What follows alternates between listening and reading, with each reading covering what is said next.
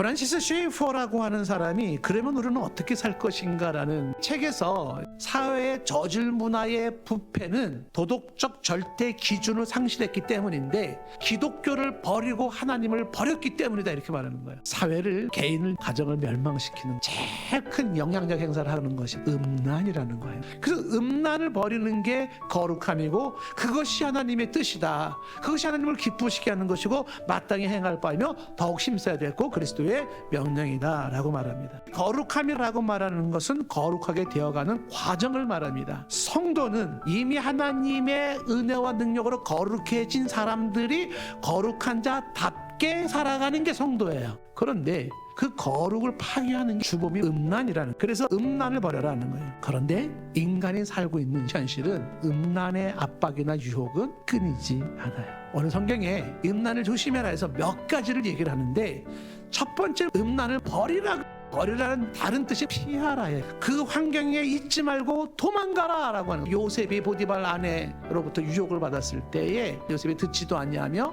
동침하지도 아니할 뿐 아니라 함께 있지도 아니했다.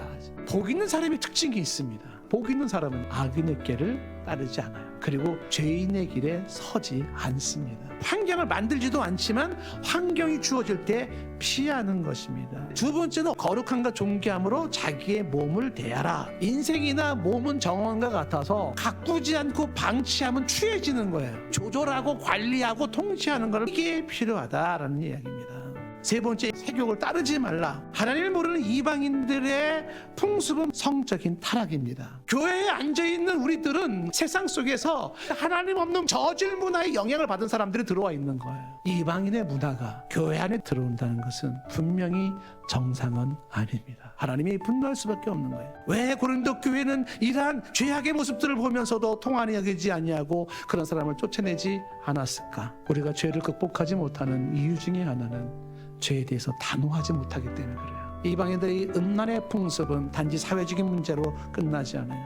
그들이 섬기는 신을 예배하는 종교의식이 음란 행위가 되고 하나님을 향한 예배 행위가 되었어요. 세상 법은 벌하지 않을지 몰라요. 그건 죄가 아닙니다 라고 말할지 몰라요. 그런데 하나님이 벌하세요. 하나님이 죄라고 말을 하는 거예요.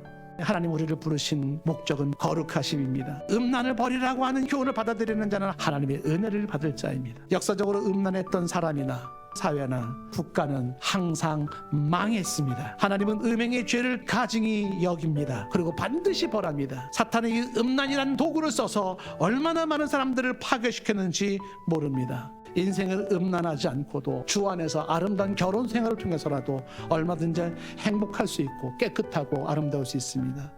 음행을 버리면 인생은 깨끗해지고 음행을 버리면 사람은 건강해지고 밝아집니다. 하나님의 뜻은 이것이니 거룩함이라 곧 음란을 버려라.